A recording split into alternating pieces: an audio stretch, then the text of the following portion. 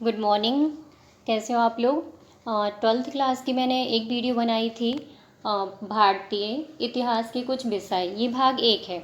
इसमें एक चैप्टर है जिसका नाम है ईंटें, मन के अस्थियाँ। ईंटें तो आप लोग जानते हो, मन के क्या होते हैं, जो मोती होते हैं ना, मोती और माला में बनाने के काम आते हैं, वो मन के होते हैं। और अस्थियाँ तो मतलब हड्डियाँ होती हैं। ठीक है, तो इसका एक पार्ट बना चुके हैं जिसमें हम कहाँ तक पढ़ चुके हैं। जो अवतल चक्की थी ना, चक्की जैसे अपन ने देसी लैंग्वेज में तो बोलते हैं सिल और भट्टा, उसी टाइप से एक अवतल चक्की के बारे में हमने डिस्कस किया था। हाँ, अब हम करेंगे मोहनजोदड़ो के बारे में। मोहनजोदड़ो एक बहुत ही विकसित शहर था इनके यहाँ पे। और इसको क्या नाम दिया गया है, जो भी शहर यहाँ विकसित हुए थे उनको नियोजित नाम दिया गया है। नियोजित नाम नहीं, मतलब नियोजित थे शहर, जितने थे नियोजित थे, मतलब प्लान थे। अपन को जैसे कुछ भी करना होता है तो पहले प्लानिंग करते थे, वैसे ही इन्होंने शहर बसाने के पहले एक बाकायदा प्लानिंग करके रखी थी। ठीक है, तो हड़प्पा हालांकि सबसे पहले खोजा गया स्थल, अगर आपको आता है कि सबसे पहले खोजा गया स्थल कौन सा है तो वो हड़प्पा। पर सबसे बड़ा कौन सा है, मोहनजोदड़ो। और सबसे अगर विकसित बोला जाए तो वो भी मोहनजोदड़ो है। ठीक है, अब हम देखते हैं कि एक नियोजित शहरी केंद्र में क्या क्या है। संभवतः हड़प्पा सभ्यता का जो ये सभ्यता बोली जाती है उसको हड़प्पा सभ्यता बोलते हैं। तो हड़प्पा सभ्यता या फिर सिंधु घाटी सभ्यता, इससे भी बहुत सारे क्वेश्चन आते हैं कि इस सभ्यता को क्या बोला जाता है, उचित नाम क्या होगा। तो हम हड़प्पा सभ्यता भी बोलते हैं और सिंधु घाटी सभ्यता। सबसे अनूठा पहलू शहरी केंद्रों का विकास था। तो हम देखते हैं कि शहरी केंद्रों का विकास कैसे था। तो एक केंद्र कौन है, मोहनजोदड़ो, उसको हम क्या सूक्ष्मता से देखेंगे। हालांकि मोहनजोदड़ो इसमें लिखा है कि सबसे प्रसिद्ध तो था, पर सबसे पहले जो कि खोजा गया वो कौन सा था, हड़प्पा था, है ना। अब ये जो शहर बसते थे वो कैसे बसते थे, इनको 2 भागों में विभाजित किया जाता था। एक छोटा होता था लेकिन क्या होता था, ऊंचाई पर बना होता था। और दूसरा क्या होता था, बड़ा होता था लेकिन नीचे बना होता था। ठीक है, इनको पुरातत्वविदों ने 2 अलग अलग नाम भी दिए। जैसे एक शहर है आपका इसमें मैं फ़ोटो दिखाती हूँ आपको, ये है। ठीक है, ये जैसे एक पूरा का पूरा आप शहर ले लीजिए, जिस भी शहर में आप रहते हो। जैसे अपने मध्य प्रदेश में कौन कौन से शहर है, तो जैसे पन्ना हो गया, छतरपुर, इंदौर।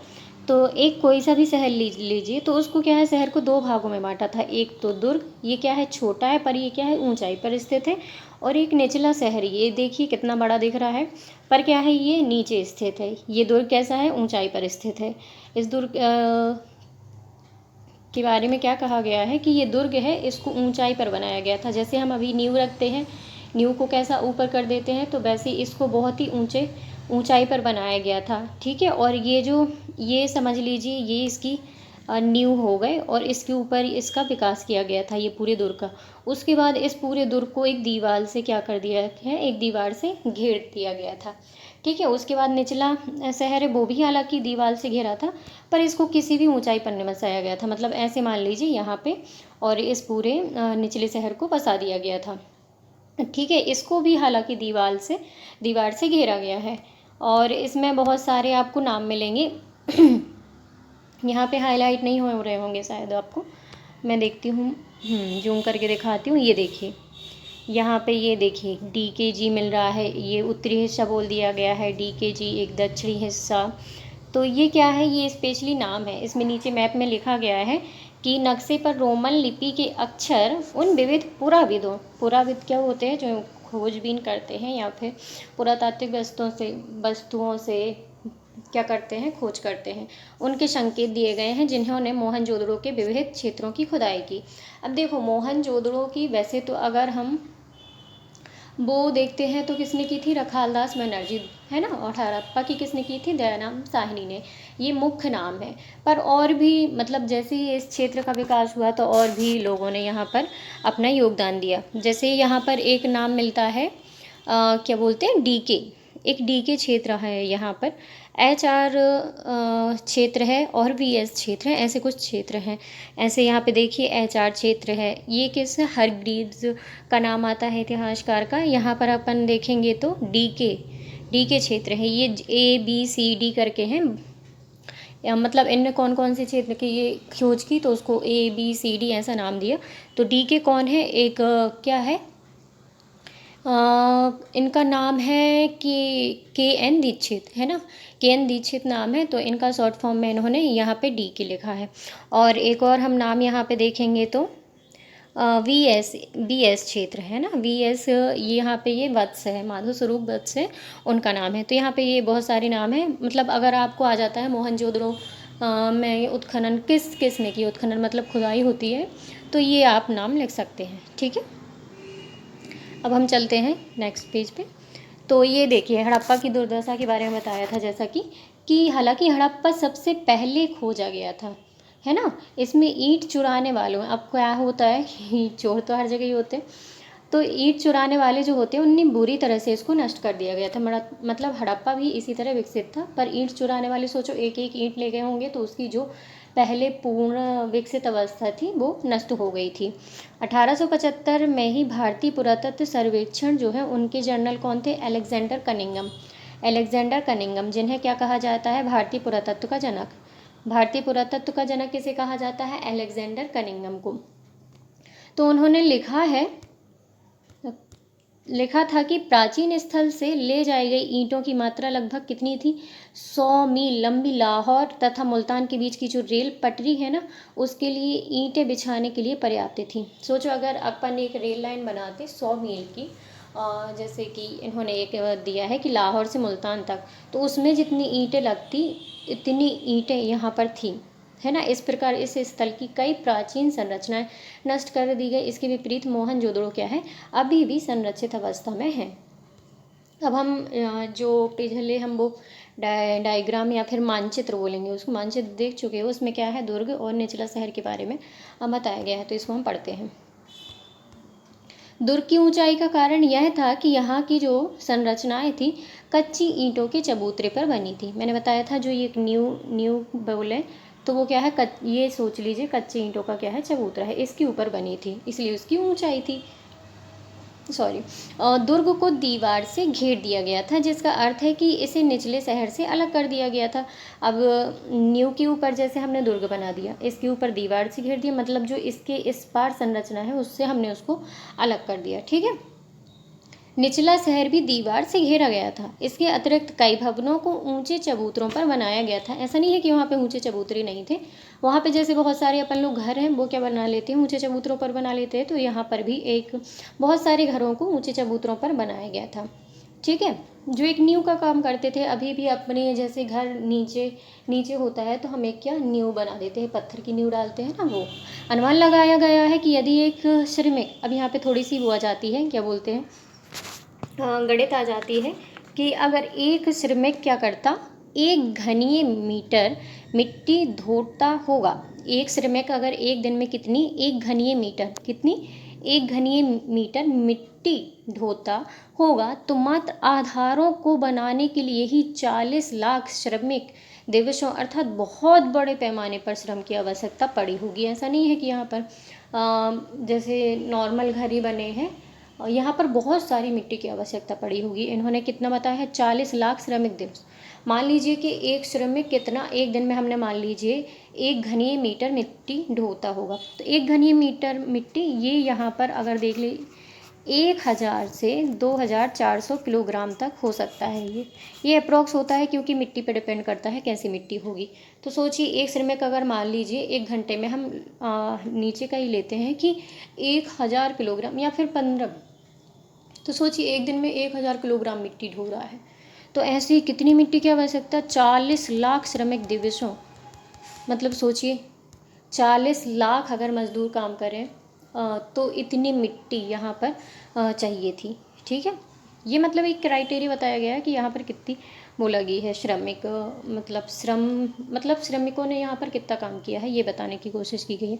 अब और कुछ देखिए, एक बार चबूतरों के यथास्थान बनने के बाद शहर का सारा भवन निर्माण कार्य चबूतरों पर एक निश्चित क्षेत्र तक सीमित था, ठीक है। इसलिए ऐसा प्रतीत होता है कि पहले बस्ती का नियोजन किया गया था और फिर उसके अनुसार कार्यान्वयन।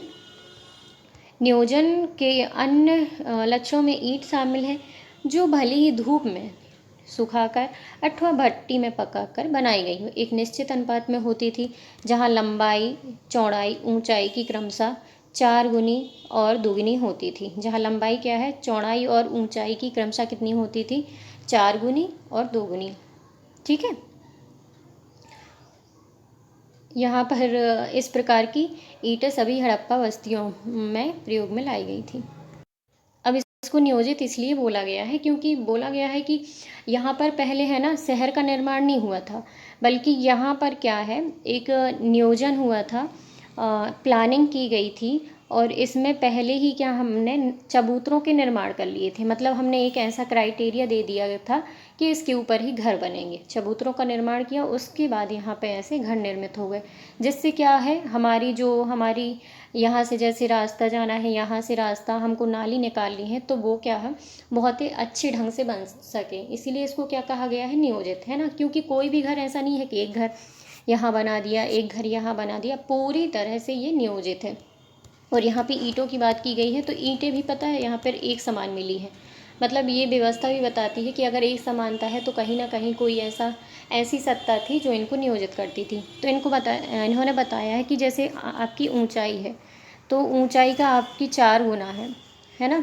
ऊंचाई का 4 गुना क्या है, लंबाई। ऊंचाई का 4 गुना, जैसे आपकी ईंट है, ईंट की ऊंचाई ले लीजिए 1, है ना, 1 है, 1 मीटर है, तो इसका जो लंबाई होगा वो क्या होगा, 4 मीटर। मीटर नहीं, यहाँ पे सेंटीमीटर ही लेंगे, इतनी लंबी तो नहीं होगी। ठीक है, तो 1 सेंटीमीटर है, तो लंबाई इसकी क्या होगी, 4 सेंटीमीटर होगी, और जो इसकी चौड़ाई है वो कैसी होगी, दुगनी होगी। मतलब ये एक क्या था, प्रोपोर्शन रेशियो था, जो कि ईंटों में दिखाया गया था। क्या है कि ऊंचाई की जो 4 गुनी होगी वो लंबाई होगी, और चौड़ाई कितनी होगी, 2 गुनी। ठीक है, अब यहाँ पर हमने अभी पढ़ा क्या है, एक निचला शहर और क्या पढ़ा, दुर्ग। तो निचला शहर और दुर्ग पढ़ा है। दुर्ग काय पे बना होता था, एक ऊंची संरचना पे होता था, चबूतरे पे होता था, जिसके ऊपर दुर्ग का निर्माण होता था, और उसको दीवार से घेर दिया जाता है। एक निचला शहर था जो कि बहुत बड़ा था, हालांकि उसको भी दीवार से घेर दिया जाता था। यहाँ पे जो भी संरचनाएं हो उसको हालांकि भरले चबूतरे पे निर्मित कर दिया जाता होगा। ठीक है, इसमें इतना सार था। अब हम पढ़ेंगे नालों का। तो यहाँ पे जो अपने ड्रेनेज सिस्टम पढ़ते हैं ना, वहाँ पे अगर देखा जाए तो यहाँ पे नालों मतलब ड्रेनेज सिस्टम था, बहुत ही अच्छा था। ड्रेनेज सिस्टम ऐसा था, इसमें बताया गया है कि जैसे आपका ये घर है, तो ऐसा हो सकता है, संभवतः ऐसा हुआ है कि पहले नाले बना दिए गए थे। मतलब पहले यहाँ से नाली काट दी गई थी, फिर उसके बाद यहाँ पे घर बने, और घर बने तो उनका जो भी घर का एक जो भी पानी का निकास है वो यहाँ से नाली से जोड़ दिया गया। और नाली कैसी थी, नाली में यहाँ पे जहाँ पे जैसे ये घर का ड्रेनेज यहाँ पे जुड़ा है नाली से, तो यहाँ पे नाली के जस्ट यहाँ पे एक मैन होल होता था, ताकि जो घर का जो भी कूड़ा करकट बड़ा वाला होता है वो यहीं पे मैन होल पर ही एकत्रित हो जाए, उसको बाहर कर दें। और बीच बीच में जैसे यहाँ पर घर अगर दूरी पे है तो यहाँ पे मैन होल है, और उसको बाकायदा ढकते थे ताकि उसको निर्मित क्या हो सके, नियमित रूप से साफ़ सफाई हो सके। ये कैसे पता चला है, क्योंकि हमें आसपास यहाँ पे रेत डली मिली है। इसका मतलब ये है कि साफ़ सफाई करते थे, और जो कूड़ा करकट होता था उसको बाहर भी फेंक देते थे। यहाँ पर ऐसी ड्रेनेज व्यवस्था मिली है। ठीक है, हम पढ़ते हैं नालों का निर्माण। हड़प्पा सभ्यता। हड़प्पा शहरों की अगर देखी जाए तो सबसे अनूठी विशिष्टताओं में से एक ध्यानपूर्वक नियोजित जल निकास प्रणाली थी। यदि आप निचले शहर के नक्शे को देखें तो आप यह जान पाएंगे कि सड़कों तथा गलियों को लगभग एक ग्रिड पद्धति में बनाया गया था। जो सड़कें थी और गली कैसी थी, लगभग ये सड़कों तथा गलियों को लगभग एक ही क्या पद्धति में बनाया गया था। ये एक दूसरे को समकोण पर काटती थी। जैसे ये सड़कें हैं या गली हैं तो ऐसे बना दी गई हैं, इसके आसपास घरों का निर्माण है, और ये एक को ऐसे काटती थी। ऐसे क्या होता था, एक ग्रिड पद्धति, मतलब एक पद्धति, ग्रिड पद्धति बोलते हैं इसको। ग्रिड पद्धति में बनी थी, एक दूसरे को काय पे समकोण, समकोण मतलब होता है 90 डिग्री। यहाँ पे 90 डिग्री पर जैसे एक दूसरे को 90 डिग्री पर काटती थी। और पहले नालियों के साथ गलियों को बनाया गया था। पहले देखो, नालियों के साथ क्या है, गलियों को बनाया गया था। नालियों, पहले गली बना दी, नाली बना दी, फिर उनके अगल बगल आवासों का निर्माण किया गया था। ठीक है, और यदि घरों के गंदे पानी को गलियों की नालियों से जोड़ना था तो प्रत्येक घर की कम से कम एक दीवार का गली से सटा होना आवश्यक था। मतलब वही है ना, अगर नाली से जोड़ेंगे तो दीवार तो नाली से सटी होनी चाहिए ना। जैसे यहाँ पे आपने गली, तो अगर आपको जैसे नाली बनानी है, नाली अगर ये निकली है और आपको अगर नाली से अपने घर को जोड़ना है तो इधर से ही आपको सटा के बनाना पड़ेगा ना। जैसे एक कमरा यहाँ से सटा, फिर भले आप थोड़ी दूरी पे बना सकते हो। तो यही वो कहना चाह रहा है कि गली से सटा होना आवश्यक था। ठीक है। अब इसमें क्या लिखा है कि हालांकि अधिकांश जो भी हड़प्पा बस्तियाँ होती थी, मैं एक छोटा ऊंचा पश्चिमी पश्चिमी पूर्वी आपको पता होगा, ये पूर्वी होता है और ये पश्चिमी होता है। ठीक है। तो एक छोटा ऊंचा पश्चिमी तथा एक बड़ा लेकिन निचला पूर्वी भाग है। हमने देखा है कि जो पश्चिमी भाग है वो छोटा है लेकिन ऊंचाई पर है, लेकिन जो पूर्वी भाग है वो बड़ा है लेकिन निचला है। ठीक है। पर यह धौलावीरा तथा जो लोथल, लोथल कहाँ पे है? गुजरात में, जैसे स्थलों पर पूरी बस्ती किलेबंद थी। और जैसे पूरी बस्ती ही किलेबंद थी। हमने देखा था कि निचले शहर को किलेबंद नहीं करते थे, हालांकि कुछ चीज़ें किलेबंद होती थी। पर जो धौलावीरा है, धौलावीरा और लोथल, ये लोथल गुजरात में है और धौलावीरा भी गुजरात में ही है।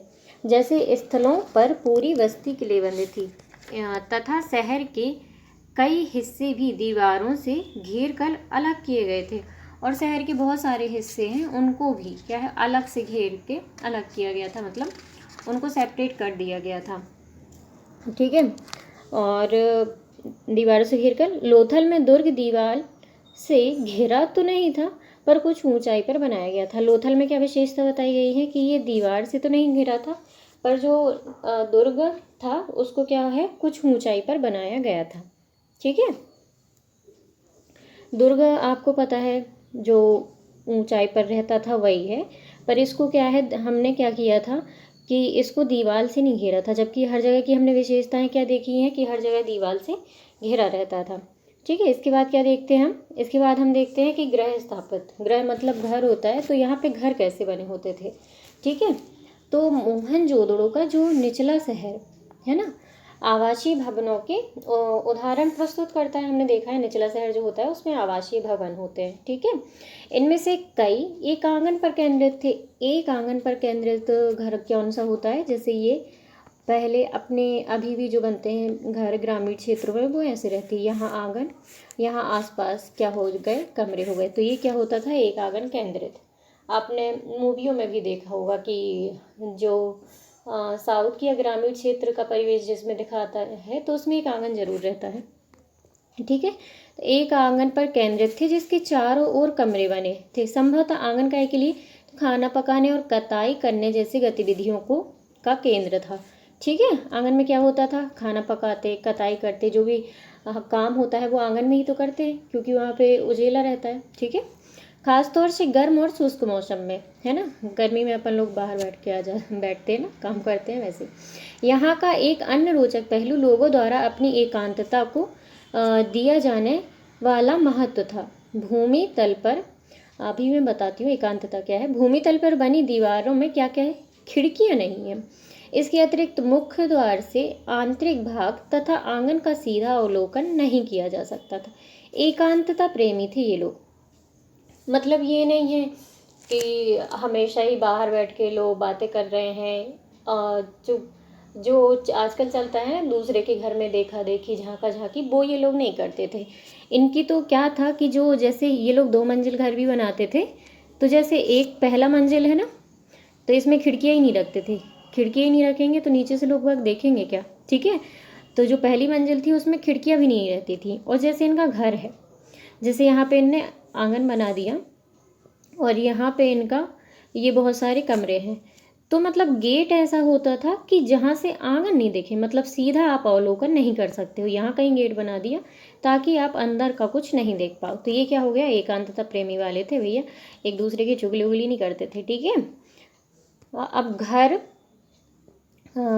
चाहे घर का जो है ना, तो जो फर्श था वो क्या था, ईंटों से बना था। देखते हैं, हर घर का ईंटों से फर्श से बना हुआ अपना एक स्नानागार होता था। जो स्नानघर होता था वो कैसा होता था, ईंटों से बना होता था, जिसकी नालियाँ दीवार के माध्यम से सड़क की नालियों से जुड़ी हुई थी। हमने नाली का निर्माण कैसे हुआ वो हमने पढ़ लिया है। तो जो स्नान घर कैसा स्नान घर जो होता था वो नालियों से जुड़ा रहता था। ठीक है। दूसरी तलिया छत पर जाने हेतु बनाई गई सीढ़ी भी बनी थी। देखो, सीढ़ियों के अवशेष मिले हैं। कई आवासों में कुएं थे जो अधिकांशतः एक ऐसे कक्ष में बनाए गए थे जिसमें बाहर से आया जा सकता था और जिनका प्रयोग संभवतः राहगीर द्वारा किया जाता था। विद्वानों ने अनुमान लगाया है कि मोहनजोदड़ो में कुओं की कुल संख्या कितनी मिली है? 700 कुएं मिले हैं। इन्होंने क्या बताया है कि भैया ऊपर जाना है तो उसके लिए सीढ़ियाँ भी हैं। यहाँ आप देखेंगे, थोड़ा सा इसको छोटा कर लो तो आपको और अच्छे से क्लियर दिखेगा। ये एक घर का नक्शा बनाया गया है। ठीक है।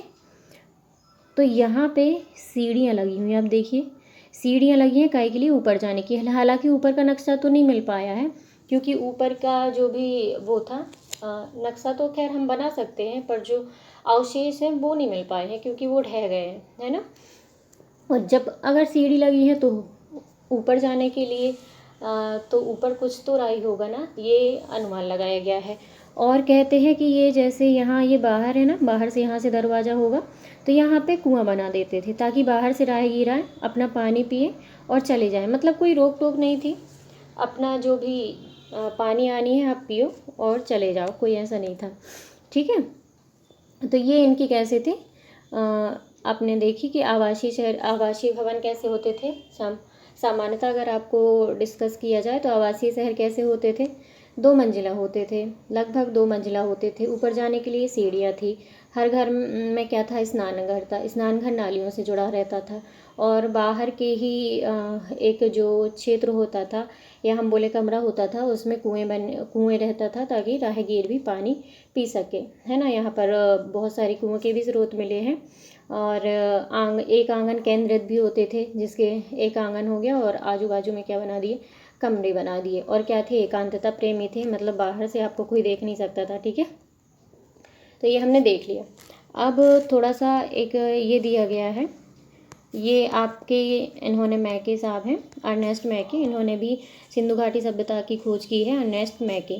तो इनकी है एक बुक का नाम है अर्ली इंडस सिविलाइजेशन 1948। ठीक है। Early Indus civilization 1948। तो इसमें इन्होंने क्या बताया है? इन्होंने बताया है कि जो अब तक खोजी गई प्राचीनतम प्रणाली तो है ये भारत में खोजी गई सबसे प्राचीनतम सभ्यता यही है। और जो कि विदेशों में अगर देखा जाए तो जो विदेशों की ये दजला फरात वाली जो संस्कृति बोलते हैं, मिस्र में मेसोपोटामिया की संस्कृति बोलते हैं, उनसे साम्यता रखती है, उनके करीब की है। ठीक है। तो अब तक खोजी गई ये प्राचीनतम प्रणाली है। नालियों के विषय में मैके ने क्या लिखा है? हम नाली वैसे तो पढ़ चुके हैं, तो वही सब लिखा होगा इन्होंने भी जो हमको बताया गया है। निश्चित रूप से यह है क्या है? अब तक खोजी गई सर्वथा संपूर्ण प्राचीन प्रणाली है। ठीक है। जो ये नाली प्रणाली है ना, वो क्या है? सर्वथा जो कि क्या है? प्राचीन है ना, पूरी तरह प्राचीन प्रणाली है। हर आवास गली की नालियों से जोड़ा गया। ऐसा नहीं है कि है आवास को है ना नाली से नहीं जोड़ा, नहीं हमको तो बाहर ही फेंकना है पानी, ऐसा नहीं था। हर आवास को नाली से जोड़ा गया है। मुख्य नाले गारे में जमाई गई ईंटों से बने थे, है ना। जो गारे से हम ईंटें बनाई थी ना, उससे ही नाले बनाए गए थे। ऐसी ईंटों से ढका गया था जिन्हें सफाई के लिए हटाया जा सके, और नालों को ढका भी तो गया था ताकि समय समय पर उनको हटा के क्या कर सके? सफाई कर सके। सॉरी। कुछ स्थानों पर ढकने के लिए चूना पत्थर की पट्टिका का प्रयोग किया गया था। चूना पत्थर की पट्टिका भी बनाई गई थी उनको ढकने के लिए। घरों की नालियाँ पहले एक होदी या मलकुंड में खाली होती थी, ये भी हमने देखा है, जिससे ठोस पदार्थ जमा हो जाता था और गंदा पानी जो है वो गली की नालियों में बह जाता था। ठीक है। बहुत लंबे नालों में कुछ अंतरालों पर सफाई के लिए हौदियाँ बनाई गई थी। यह पुरातत्व का एक अजूबा ही है कि मलबे मुख्यतः रेत के छोटे छोटे ढेर सामान्यतः निकासी के नालों के अगल बगल पड़े मिले हैं, जो कि दर्शाते हैं कि नालों की सफाई के बाद कचरे को हमेशा ही हटाया नालों की सफाई के बाद कचरे को हमेशा हटाया नहीं जाता था। ये कैसी बात हुई भैया? हटाया नहीं जाता था? फिर से पढ़ते हैं। मलबा मुख्यतः रेत के छोटे छोटे ढेर सामान्यतः निकासी के नालों के अगल बगल पड़े मिले हैं, है ना, जो दर्शाते कि नालों की सफाई के बाद कचरे को हमेशा हटाया नहीं जाता था। अच्छा, कभी कभी ऐसा बोल रहे हैं कि कभी कभी कचरे भी नहीं हटाते थे, नालों की सफाई हो गई वहाँ पे डला। तो ठीक है, नाली तो हम वैसे भी समझ चुके हैं कि जैसे ये यहाँ से नाली निकली है और यहाँ से जैसे ये घर बने हैं और ये ना जो भी बने रहते थे आवास, वो क्या है, नाली से जुड़े रहते थे। और ये जैसे आवास है तो इन नाली से जुड़ा है, यहीं पे मैनहोल होता है था, इसकी जो भी कूड़ा करकट गंदगी है वो यहीं पे रह जाती थी और जो पानी होता था वो सीधे बहाव से बहता रहता था। ठीक है, और जो ठोस पदार्थ होता था वो यहीं से अपन उठा लेते थे। अब ये इसमें एक और पॉइंट है कि आपकी जैसे बहुत लंबी नाली है, बीच में जैसे आवास नहीं है, तो बीच में मैनहोल बना दिए जाते थे ताकि इसकी आसानी से सफाई हो सके। ठीक है, और क्या लिखा है मैं के सामने, इन्होंने लिखा है कि जल निकास प्रणालियाँ केवल बड़े शहरों तक ही सीमित नहीं थी, ये कई छोटी बस्तियों में भी मिली थी। उदाहरण के लिए लोथल में आवासों के निर्माण के लिए जहाँ कच्ची ईंटों का प्रयोग हुआ था, वहीं नालियाँ पक्की ईंटों से बनाई गई थी, है ना। ऐसा नहीं है कि हमारे जैसे अभी वर्तमान में ले लें तो हमारा दिल्ली हो गया, मुंबई हो गया, इंदौर हो गया अपना मध्य प्रदेश का, तो ऐसा नहीं है केवल इन बड़े शहरों पर ही नालियाँ बनी थी और ये क्या बोलते साफ़ सफाई की सुविधा थी, नहीं ऐसा नहीं है। इन्होंने कहा है कि जो छोटे छोटे ग्रामीण क्षेत्र थे उनमें भी ऐसी सुविधाएं देखी गई हैं। और इन्होंने एक लोथल का एग्जाम्पल दिया है कि भले घर तो भाई कच्चे ईंटों के थे, पर जो नालियाँ थी वो कैसी थी, पक्की ईंटों से बनाई गई थी। ठीक है, यह मोहनजोदड़ो 1.9 का जो चित्र है, मोहनजोदड़ो में एक बड़े आवास का क्या है, आरेखण किया गया है, जिसमें कमरा नंबर 6 में क्या है, एक कुआं है। ठीक है, ये हम देख चुके हैं यहाँ का कुआं, यहाँ पे हमने बताया था कि कुआं है, ये वाला क्षेत्र में कुआं है। ठीक है, और ये पूरा मोहनजोदड़ो का एक जो कि नक्शाकारों ने एक नक्शा तैयार किया है कि ऐसा घर हुआ रहा होगा वहाँ पे। ठीक है, अब हम देखते हैं कि दुर्ग, जो वहाँ पे दुर्ग बने थे वो कैसे होते थे। ठीक है, एक तो हमने दुर्ग पढ़ा, एक निचला शहर। तो निचला शहर में तो हमने क्या आवास पढ़ लिया, आवास कैसे होते थे, वहाँ नालियाँ कैसी होती थी, ये सब हमने पढ़ लिया है। अब हम देखते हैं दुर्ग। तो दुर्ग क्या है, दुर्ग पर हमें ऐसी संरचनाओं के साक्ष्य मिलते हैं जिनका प्रयोग क्या होता था, विशिष्ट सार्वजनिक प्रयोजनों के लिए किया जाता था। सार्वजनिक अभी भी प्रयोजन होते हैं ना, जैसे अब कोई भी जैसे बड़ा कार्य होता है, सार्वजनिक प्रयोजन अपने घर में अगर देखा जाए तो शादी को मान लेते हैं सार्वजनिक प्रयोजन, कहीं पे जैसे भंडारा वगैरह होते हैं वो भी सार्वजनिक प्रयोजन में आएंगे। ठीक है, उनके लिए प्रयोग होता था। ऐसी कुछ यहाँ पर साक्ष्य मिलते हैं संरचनाओं के। इनमें एक माल गोदाम, माल गोदाम समझते हो, जहाँ पे माल मतलब अनाज रखा जाता है, माल गोदाम एक ऐसी विशाल संरचना है जिसके ईंटों से बने केवल निचले हिस्से शेष हैं, जबकि ऊपरी हिस्से जो संभवतः लकड़ी के बने थे बहुत पहले ही नष्ट हो गए थे और विशाल स्नानागार भी सम्मिलित थे। सबसे पहले इन्होंने बताया है कि जो हमने दुर्ग पढ़ा है, दुर्ग में क्या है, एक माल गोदाम मिला है। माल गोदाम क्या है, माल गोदाम का ये पूरा दुर्ग का नक्शा है ना, ये जो आपको दिख रहा है, ये इतना, ये पूरा दुर्ग का बताया गया है और इसमें ऐसी बहुत सारी सार्वजनिक संरचनाएं मिली हैं। ये इन्होंने बताया है कि यहाँ पे देखिए माल गोदाम है, माल गोदाम, तो यहाँ पे जैसे ये ईंटों का बनी निचली संरचना तो मिली है, मतलब नीचे जो बना है वो ईंटों का बना था। अब इसके ऊपर क्या था कि लकड़ी का रहा होगा, उसमें ये लोग अनाज रखते थे, तो वो लकड़ी का जो हिस्सा ढह गया है पर ईंटों से बनी संरचना मिली है और उसमें अनाज के दानों के साक्ष्य मिले हैं। तो ऐसा प्रतीत हुआ है इतिहासकारों को कि यहाँ पे अनाज रखा जाता होगा। ठीक है, दूसरा है विशाल स्नानागार। स्नानागार के तो आपने बहुत चर्चे सुने होंगे मोहनजोदड़ो के। विशाल स्नानागार आंगन में बना एक आयताकार जलाशय है, आयताकार जलाशय है आंगन में बना, जो चारों ओर से एक गलियारे से घिरा हुआ है। इसके चारों ओर एक गलियारा भी है, मतलब आने जाने का रास्ता। ठीक है, इसके उत्तरी और दक्षिणी भाग में 2 सीढ़ियाँ बनी हैं, ये उत्तर होता है नॉर्थ, ये साउथ होता है दक्षिण।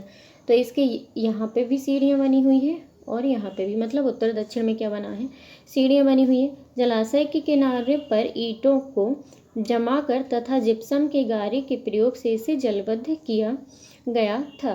कैसे, जैसे जलाशय से पानी ना रिसे तो इसमें ईंटें भी लगाई गई थी पूरे किनारे में, मतलब पूरा इसको ऐसा बना दिया गया था ईंटें और जिप्सम लगा के, ताकि इससे पानी ना रिसे, क्योंकि पानी जाएगा वो पूरा नीचे रिस जाएगा। अभी भी जैसे हम टैंक वगैरह बनाते हैं तो उसको बंद करते हैं ना, मतलब पूरा खोदेंगे फिर उसको सीमेंटेड कर देंगे ताकि नीचे पानी रिसे ना।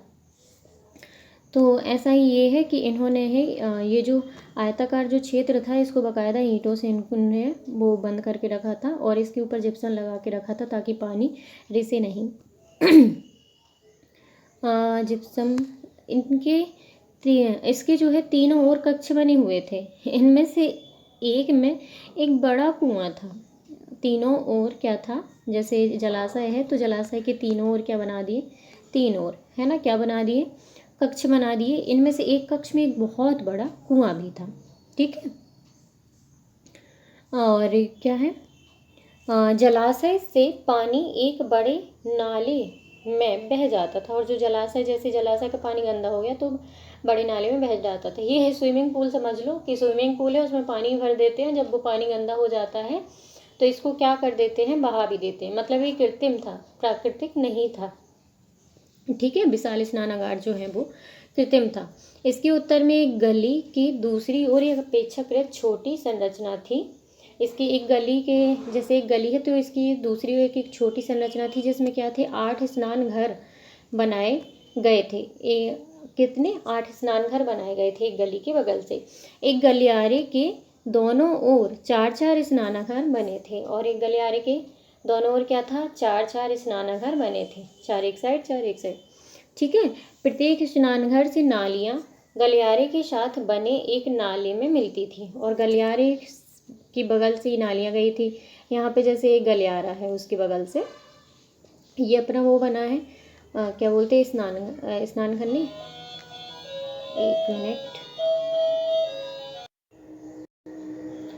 स्नानागार और स्नानघर अलग अलग बात है, कंफ्यूज नहीं होना, मैं भी इधर कंफ्यूज ही हो रही थी कि ये जैसे स्नानागार है, वो जो एक कुंड है वो स्नानागार है। अब यहाँ से जैसे गली भी निकाली गई हैं, गलियों के बगल से जैसे कमरे बने हैं, तो ये कमरे क्या है, नालियों से जुड़े होते थे। अब नाली का तो एग्जैक्ट लोकेशन पता नहीं, पर शायद यहीं से गई होगी, गली के बगल से, या इस साइड भी हो सकती है। ठीक है, तो ये स्नान घर जो है, घर है ना अलग से, ये स्नानागार है, क्या होते थे, नालियों से जुड़े होते थे।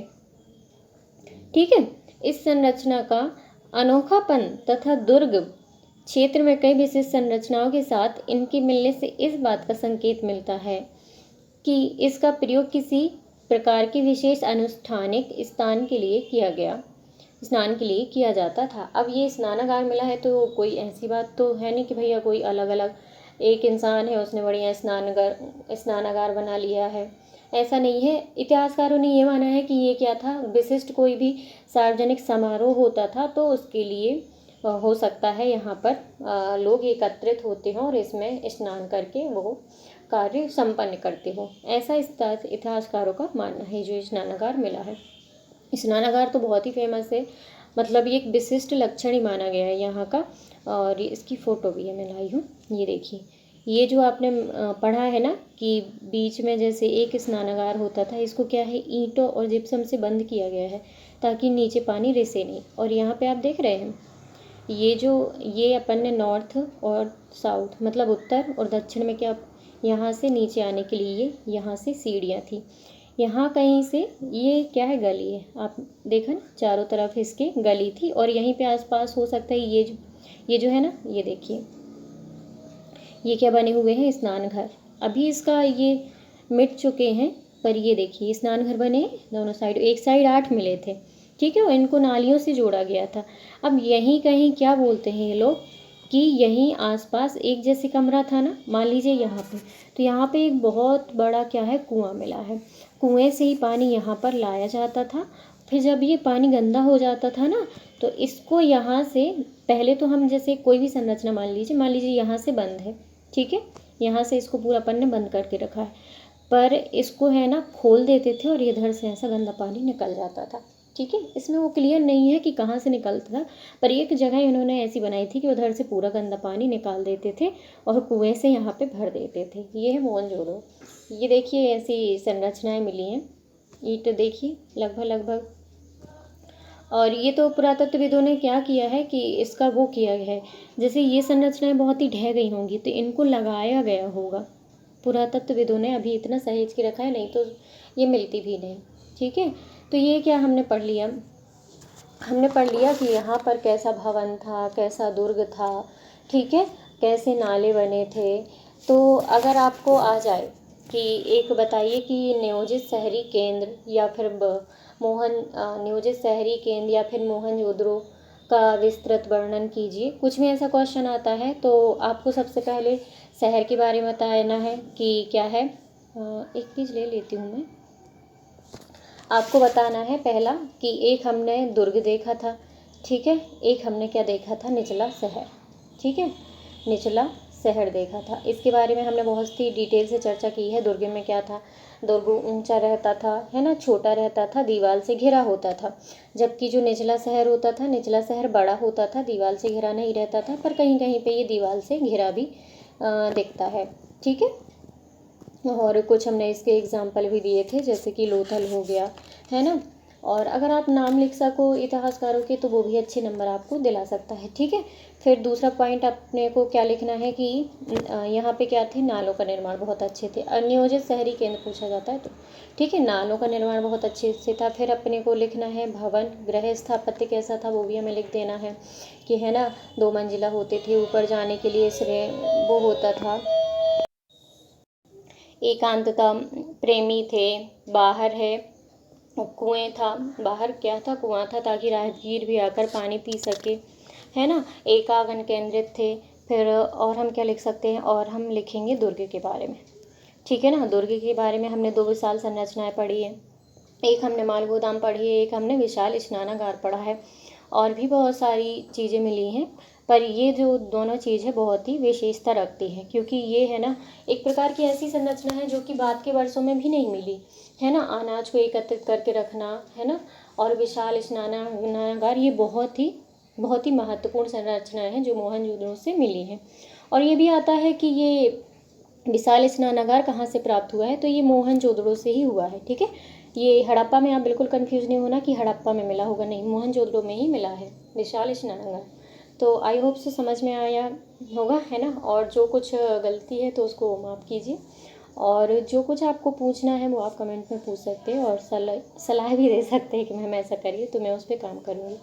Okay, thank you.